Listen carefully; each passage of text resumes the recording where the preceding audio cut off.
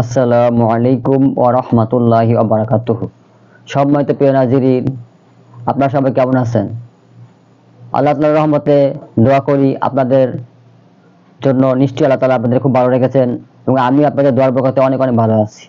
আজকে আমি আপনাদের জন্য খুবই মারাত্মক এবং খুবই গুরুত্বপূর্ণ শক্তিশালী একটা আমল নিয়ে হাজির হয়েছি।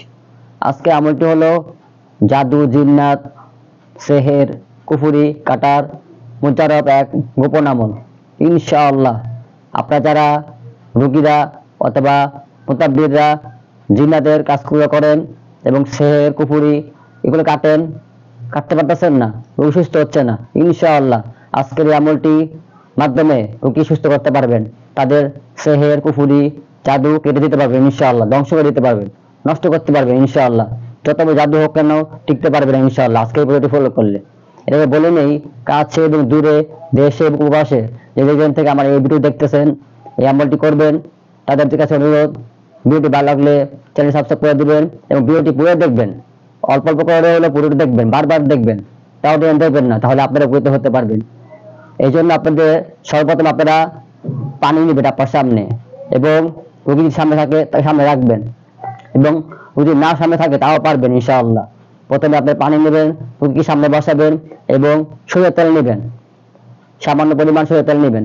তারপর সূরাতুল মুজাম্মিল, এর আগে আপনারা কয়েকবার দুরূদ শরীফ, কয়েকবার ইস্তেগফার পড়ে নেবেন।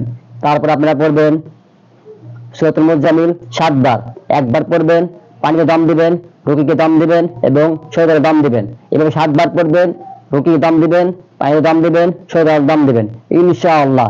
এরপরে রোগীকে পানিটা দিবেন, গোসল করবে দুবেলা, আর তেলটা সে দুবেলা ব্যবহার করবে, রাতে এবং ঘুমানোর আগে এবং সকালে ইনশাআল্লাহ।